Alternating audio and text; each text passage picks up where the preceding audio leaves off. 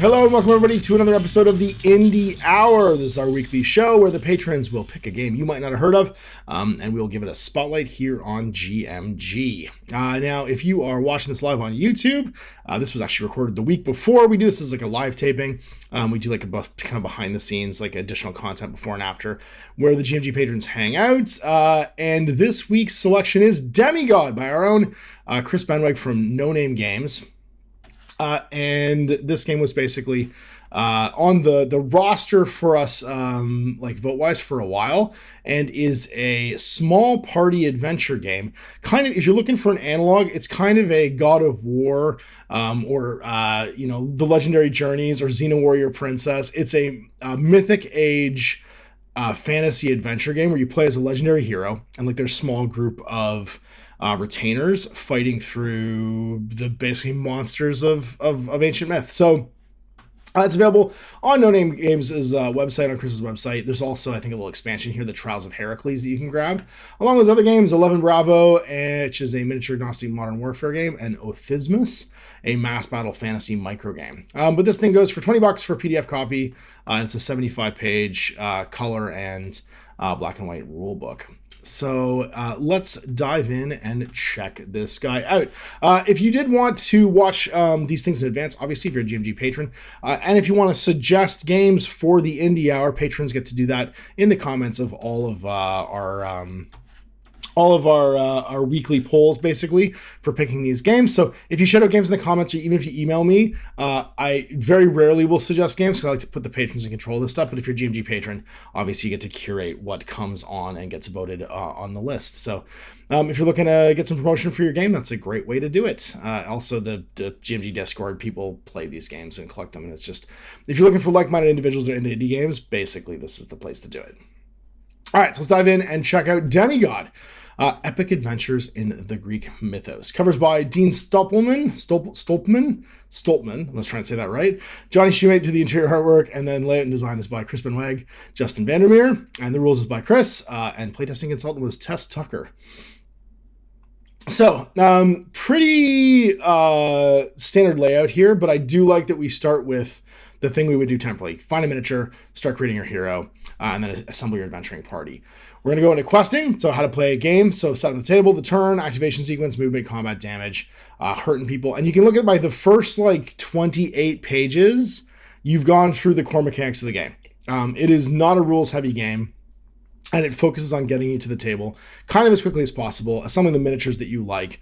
And then the rest of the book, basically pages 29 through the end, is about the quest that you could play. So you can see there's 6 little quests there: the Minotaur's Maze, the Garden of Statues, the Island of the Cyclops, the Boar Hunt, the Colchian Fleece, and the Centaurimachy. I'm going to try and say that right. I'm so bad at this. Although, in my defense, Western pronunciations of Greek names, like one of my favorite stories is that Telly Savalas, he's like a 1970s actor, really famous actor from the period. A lot of people don't know his name's Aristotle in Western pronunciation, but it's actually pronounced in Greece as Aristotele, and then it's like affectionately Tele, so Telly Savalas. But like he's extremely great Greek, and I did not realize that his name was in Western pronunciation Aristotle, but pronounced totally differently. So anyway, random facts here with Ash on the Indie Hour. But yeah, you're looking at getting mythic period fantasy miniatures for your good guys and your bad guys. We got tons of spells in here, bestiary for all the major monsters of myth, minor monsters of myth, summon minions, and a optional quest, the Monster Hunt, for hunting monsters, kind of like almost like an arena battler. And then at the end there, you got your hero sheet. So now, this book itself is going to give you kind of like the format for doing. If you played the original God of War miniature games, this is where you're going to find kind of like those types of like heroes and villains, the Furies. You've got the Cyclops, Medusa, the Minotaur, all that stuff. You could easily, if you want to do modern God of War games too, like take the template and make your own stuff for troll, all the Norse mythology stuff too, trolls, and you can even have the gods kind of like reskinned as well. And if I wouldn't be surprised if that's a planned expansion that Chris is thinking about doing too. Forward, the men, women, and monsters of Greek mythology have shaped much of the storytelling of the modern world. Demigod gives you a chance to tell your own stories in the world of Greek mythology. Pit heroes of your own creation against legendary monsters, find loot, earn experience, and turn your band of heroes into full-fledged gods. Now, what I like about this is you're pop culturing ancient Greek myth, inserting your own heroes and telling your own stories. It's a lot. It makes for a lot of people an accessibility in historical wargaming they might not find elsewhere.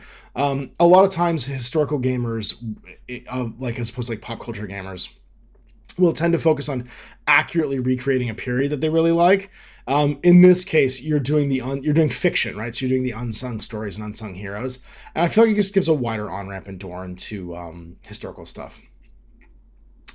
Chapter 0, the intro. Again, welcome to Demigod, a tabletop game that allows you to create your own heroes, lead quests to slay monsters, find enchanted items, and ultimately become gods yourself. And we find everything you need to play in this book. What you're going to need, 3x3 table. So again, kitchen table size. I really like that. I think it's the ideal game size, honestly, for indie games. Especially when you're first becoming an indie game designer. Asking for people to build too much terrain and take up too much real estate in their gaming hobby. You're going to be able to get more games written and get them played by more people if they're more accessible, and a small game size, I think, really fits this genre. Some minifigs for your heroes and your monsters, some tape measures of rulers and inches, some 6-sided dice, and a minimum of 1 copy of your hero sheet per person playing. Ideally, you want some terrain pieces to recreate the Greek countryside for your tabletop, or like other regions, Mount Olympus, the shores of, Thermopylae, whatever you want. And then your hero sheet. Adventure parties are made up of a minimum of 3 heroes, so each player will need a copy of their sheet, which can be photocopied from the back of the book. Now, this means that you usually have a major hero who's your leader. He's your Jason from Jason and the Argonauts. He's your Heracles. He's your Kratos. And then minor heroes, you might have your Mimir riding around on Kratos' belt, or your Atreus, falling around with a bow. And then chapter 1, your hero. So creating a hero. Before you play a demigod, you have to create a major hero. To create a major hero is going to be your centerpiece, and the adventure revolves around them. You just use the basic one in the back. The first thing you have to do is come up with a cool name for them. I don't know, like Kratos. Once you've handled the first step, the next thing is to choose your god. Major heroes can choose one of the 3 gods of the pantheon, either Zeus, Poseidon, or Hades. And then each god has their own set of boons that can aid you in combat. Now, additionally, there could be other gods, made up later on for doing this. But usually there's 3 boons. You can call upon these during the game to have your god basically do things. And it's think of it like magic spells or feats in War Machine. They allow you to pull some sort of like magic down, even though you're mostly just a fighter. In Demigod, every miniature from the lowliest hellhound to the mightiest child of Zeus has a stat line that they use to determine how good they are in combat. You got your move, how far you go in inches. Combat, which is a bonus stat, basically, to a 3d6 dice roll. Speed, how well your hero can get moved in the way of things like arrows. It's also affected by your armor. Resolve, it's like your will. Armor, your ability to protect yourself up close. And then your health, which is how much damage you can take before you're killed. And these are all numbers. So like every hero's core stat line is 6-inch movement, +1 to their combat, +1 to their speed, +1 to their resolve. So for a resolve roll, 0 armor, because you're not wearing anything yet, and 16 health. A hero's natural bonus to combat speed and resolve can never be higher than +7, although like weapons and equipment can maybe change this later on. Creating a minor hero. Creating a minor hero is much the same as creating a major hero with 2 changes. The number of gods they can patronize your hero and their stat line. So minor heroes can choose from 8 patron goddesses, the minor ones. Athena, Ares, Aphrodite, Apollo, Hephaestus, Dionysus, Demeter, and Hermes. So you basically have like, they're almost like giving character classes to these minor heroes, because the gods all focus on different things. So like you think of like a healing god or like a smith god, they're gonna have powers that kind of give you like almost like a class-based system here. Heroes patronized by Ares get +2 to their combat. Athena get +1 combat and +1 resolve. Heroes patronized by Hephaestus get +2 armor. Hermes go up by +1 speed. Aphrodite get +1 resolve. Dionysus gets +2 resolve. Heroes patronized by Demeter get +1 health, and Apollo get +2 combat when making ranged attacks. Additionally, minor heroes start with a sword and shield for no extra cost, and Athena start with a spear and shield for no extra cost. This is your sort of like core for these 2 things. All heroes have slots for carrying items. Major heroes can carry 4 things, minor can carry 3, and all minions have 1 in addition to each of their listed gear pieces. All heroes start with their choice of a sword, bow, or spear.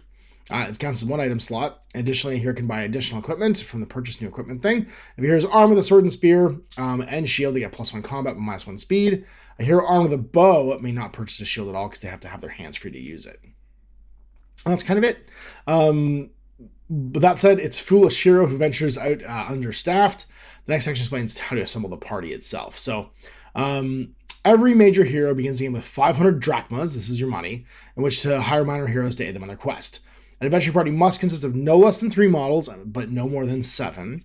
Some major or minor models will allow players to replace their minions, or minor heroes with certain special minions, but those minions will always take up a slot and should be occupied by another minor hero. All adventuring parties start with 0 renown. It's basically how famous you are, and it'll go up over the course of the campaign.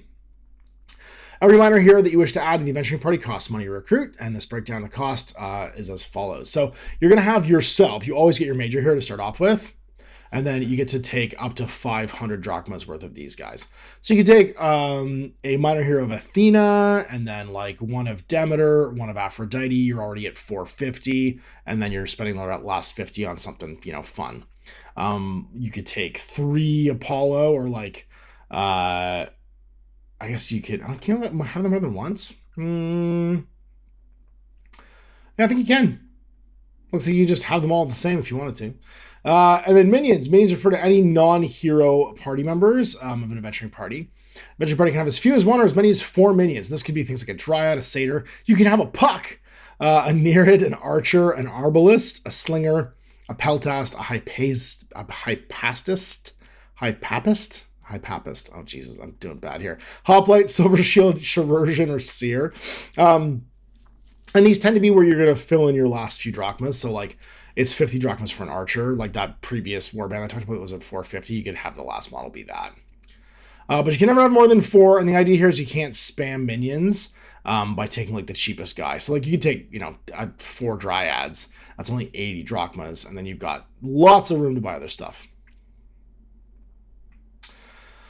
Weapons. So now all your weapons are going to give you certain bonuses. They're going to determine how much damage you do typically, and they can also do things like add to your combat skill. So like an axe wields is 2 hands to wield and has a +2 modifier to damage in hand-to-hand combat.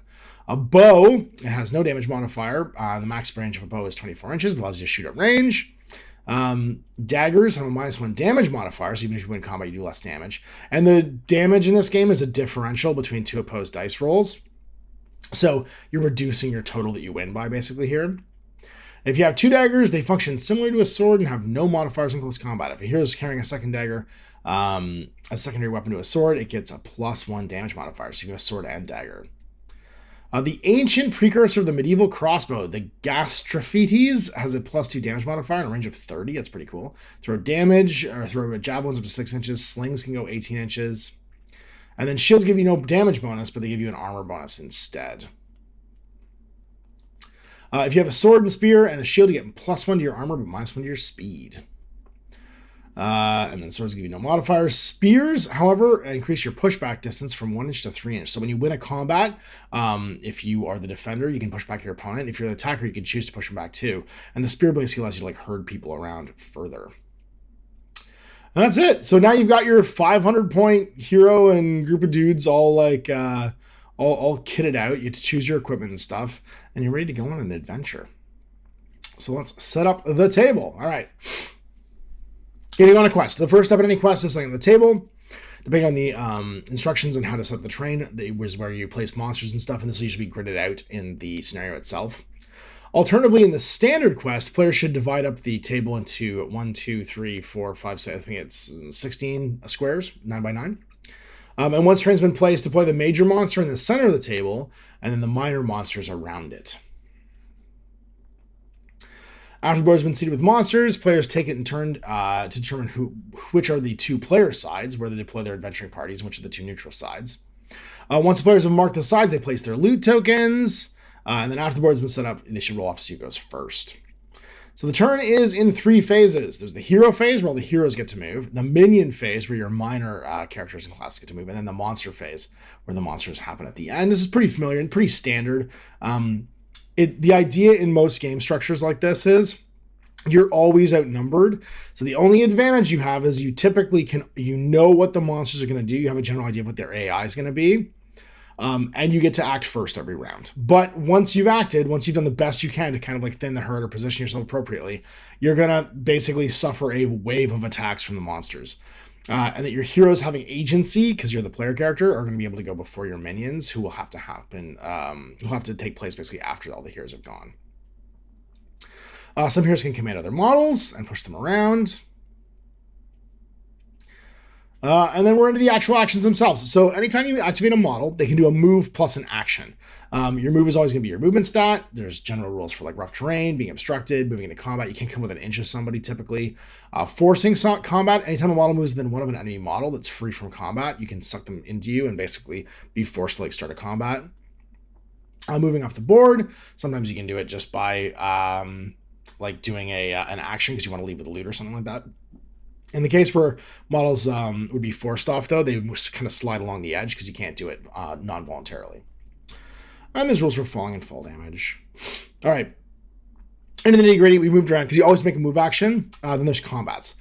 During combat, both models roll 3d6 and add a specific stat. So attackers usually in melee will add their combat skill, plus any bonuses for their weapons. The defender will add their armor, typically for melee. It would be combat for shooting, and then it would be speed for defending when you're being shot at. Now, let's say a minor hero with an axe, which is a hero of Ares, so combat +3, attacks an archer, armor +2. The minor hero rolls a 14, making their total a 17. The archer rolls a 7, which gives them a total of 9. So they beat the archer's score by 8 points, plus he has an axe, which does 2 extra damage. That's going to take him to a total of 10 damage, which comes off the archer's health. Now, if the archer's still alive, he can be pushed back up to 1 inch. And they can either remain in combat with them or do that. So like you can clear the way and kind of like push people around. Remember though that you are typically going first before everybody else. So they might just run right back into you. Or if it's an archer in this case, it might shoot you. So it might be better to keep them in combat. If the combat's a tie though, both people tied, then nobody takes damage and nobody moves. If the defender won though, the attacker has to roll 3d6 and beat the resolve. So 10 plus a resolve bonus, or we push back an inch. Being in multiple combats, you get a bonus, obviously, if you outnumber somebody, and then damage. Anytime you go to 0 damage, you will be taken out of the game. Wounded models have 4 health or less, and they're -2 to all the dice rolls for the remainder of the round. Undead don't suffer from being wounded. So if you have any skeletons in your army, which you could hire, because you could have Heroes of Hades, bring up some skellies. And then we get the same thing for shooting here. And it's just opposed versus speed. So armor and speed are the two kind of opposed stats here. Rules for shooting in combat. It's a little bit Lord of the Rings. On a 1 to 3, the attack hits a friendly model, and a 4 to 6 hits the enemy. So you randomize. And then penalty or bonuses for speed when people are in cover. So pieces of generating terrain can stack up to 3. Light cover gives you +2. Heavy cover is +4. Quick shots +1 if they moved first. And then large targets obviously are easier to hit and suffer some penalties. Lots of classical line cuts and stuff in here. And then Divine Favor. So at Renown level 1, and every level after that, the adventuring party gets a Divine Favor point. And you can spend them in 2 ways. You either petition the patron for boons, which is your spells and stuff, or once per game, increase or decrease one of your hero's dice rolls by 1 per Divine Favor. So they're kind of like might points in Lord of the Rings. But you really want to save them for boons, and the more Divine Favor you use on them, or the more Divine Favor you use on them, the more their effects on kinds can be. And then you got opposed test. That's always 3d6 plus a stat. And if you're going to try and resist boons, you typically roll 3d6 as well. Or against whatever the resistance is. So Zeus can do, if you want to use these boons, you can shapeshift. You can use a Bolt of Vengeance, which is lightning from up above, and then Storm of Eagles. And they'll have a different effect and be resistant in different ways. So in shapeshift, the hero may not be targeted by either the monsters or the opposing adventuring party, but not both for the remainder of the turn. So you can pick someone to look like. In Bolt of Vengeance, the closest enemy model is immediately struck by a ranged attack from above and takes 5 damage. Storm of Eagles is nominate one enemy model in line of sight. A number of eagles see the bestiary equal to the number of divine favor points spent, up to a maximum of 5. Immediately force combat with the enemy model, and they're in the bestiary later on. Poseidon can cause earthquakes, tsunamis, and swallowed by the earth. No Kraken, though, that you can release, unfortunately. And Hades can keep you alive, rejected by the underworld once per game when you reach 0 health. Immediately stand back up with 1 hit point per divine favor spent. Guardian of the Dead get a skeleton for 2 divine favor. And Wither, nominate an enemy model line of sight. They must make an opposed resolve check, and on a failure, its combat speed and resolve are reduced by 1 until the end of the turn for each of the divine favor spent. Rules for picking up loot. Cool little M4 illustration here. And then monster answers. We have our AI for the monsters, basically, in the monster phase. Every turn ends with the monster phase, where, as the name implies, all the monsters on the board get to act. While the more powerful monsters like the Medusa and Minotaur will have their rules and actions explained, these are the standard ones. Once the major monster is acted, it always goes first. The minor monsters get to go. Is it in combat? If the monster is currently in combat with a member of the party, it'll just fight them. If it wins, it must use its second action to fight again or move towards the nearest enemy model if done remain. If it loses a combat, it's pushed back, or its opponent is pushed back, it will use its second action to get back into combat. If there's a model within 12 in line of sight, it runs towards you. If there's no other situation applicable, it wanders around, and we have a little D6 wandering chart to make it move. Game ends if 8 turns have elapsed, if the quest objectives are completed, if the major monster is dead, and in the event that neither player has anything left. If all your guys are gone, the game stops. And then we have our post-game sequence. So injury or death, all your minions will survive on a 3+, and on 1, they're dead. On a 2, they miss the next game. And then your major and minor heroes die on a 1, on a 2, they're disabled. On a 3, they're grievously wounded. On a 4, they're left for dead. On a 5, it's just a scratch. On a 6, it's full recovery. This is my one part in the game where I'm like, this is a brutal chart. So your minions, your dogs and guys, will just walk everything off on a 3+. On a 3+, your major heroes can be grievously wounded, left for dead, just a scratch or full recovery. So your minions are technically tougher than you are. What I would have done is had it be one roll again on another one, they're dead. 2 would be like the injury table, and then 3+, it's the same as these guys up here. And that way you've got something to do. Like, they should be more resilient. So you could just get rid of all of this, or put all this in the chart that happens later. But yeah, like have them roll again on the charts. Like on a 1, roll again on the chart. On a 2, they're, let's say, just a scratch. They take some damage. On a 3+, they're full recovery. And then have a second chart on the left, where you roll again, basically, and then you get all these results. Because you want your heroes to be a little more, like, tough than the basic guys. So yeah, you can die. The disabled is rolling the lasting injuries table, and lasting injuries are bad things. Lost toes, shattered legs, the shakes, lingering weakness, not all there, old wounds, mumbler, lost an eye. And these can kill you too if you get too many of them. Just a scratch, you lose all your items you were carrying. Full recovery, you're fine. Left for dead. You're so badly injured that they thought they were dead, and the adventuring party returns to camp to regroup. But through sheer force of will, the hero overcomes their near-fatal injuries, making it back. They basically get plus... It's a good result. They get +1 to their combat resolve or health. All of these are obviously are bad. And then an optional quest. If your major hero dies, you can go fight bad guys in the underworld to get them back. I really like this. It does mean you might be doing it quite often, though, because you have a 1 in 6 chance of dying every time you leave a game and don't survive. I do think this is a very cool add-on, though. Just have them go fight to bring them back, because this is obviously a classic of Greek myth. So I'm into it. And then you're renowned. So over the course of the journey, the adventuring parties will make achievements. During each quest, the following achievements will earn the party renown. So for each boon they called successfully, get 10 experience. For each enemy minion taking out, 40. Monsters, 60. Minor heroes, 80. 160 if you kill the other enemy hero. And for each major monster slain, 200 experience. Levels are granted per 100 points. So from level 1 to level 2 is 200 experience and so on. So basically, it's your level in experience. So it's 100 experience to go to level 1, 200 for level 2, 300 for level 3, blah, blah, blah. So the stronger you get, obviously, the harder it is to level.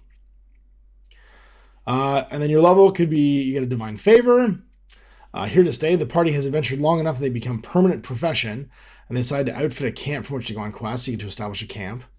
Wheat from champ. All minor heroes and minions hired by the party get +1 combat, +1 speed, and +1 resolve, in addition to the other bonuses.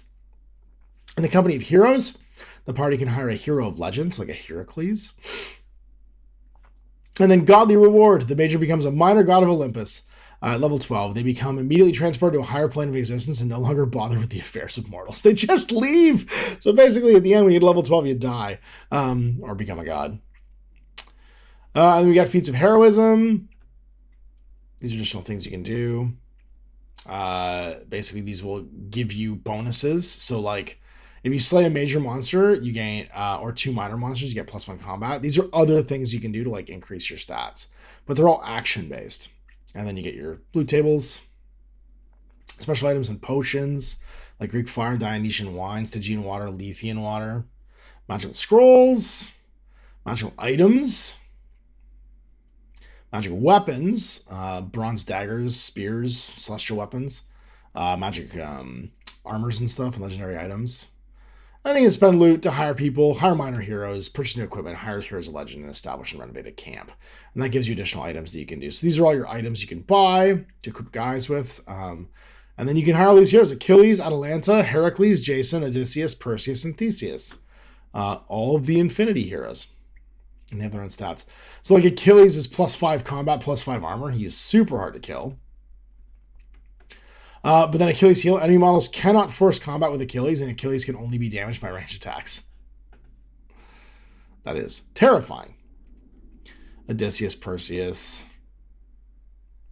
And then you can establish a camp in different places, like a brewery, a library, an armory, and they're all going to give you special like bonuses. And you can renovate it with like a smithy or a potion maker stall, all that good stuff. And then 5 different quests. I'm not going to spoil these because they're what they look like. It's the Minotaur's Maze, a Garden of Statues, the Island of the Cyclops, a boar hunt, the Colchian Fleece, the Magical Feast, and then the Centaurimachy. But you can see here the deployments. So like you need to make a maze for this one, which is kind of cool. It's a what's the word? A Frostgrave level of stuff you need to make, and then we finally have all of our spells that you can learn through potions and scrolls and things. And then our bestiary, what they're armed with: harpies, gorgons, centaurs, wildman, hellhounds, eagles, and skeletons. And this is the sort of like the party game, the Monster Hunt. And there's your hero sheet for leveling up, and all your minor characters. And that's it. From Herc to Zero to Herc to Hero. That's the end of the book. So there it is, all 75 pages of Demigod. Yeah, this is great. This is exactly what you want it to be. This is a heroes versus monsters. It's Monster Hunter. It's God of War. It's all of that in miniature. So if you like this period, and you're looking for a nice rules light fantasy adventure game, like this one's great. This is really accessibly written.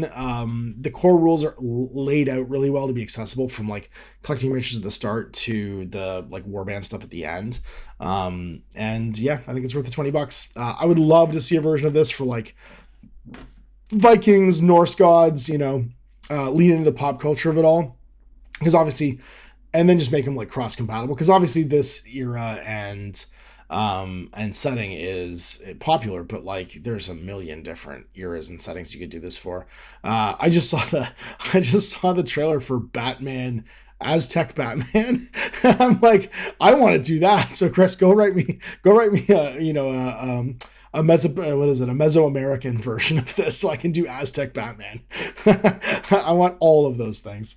And I do think this is a genre that's kind of underrepresented, but it's good for the historical genre because it gives a wider on-ramp for people that might not paint those miniatures or enter into that hobby otherwise.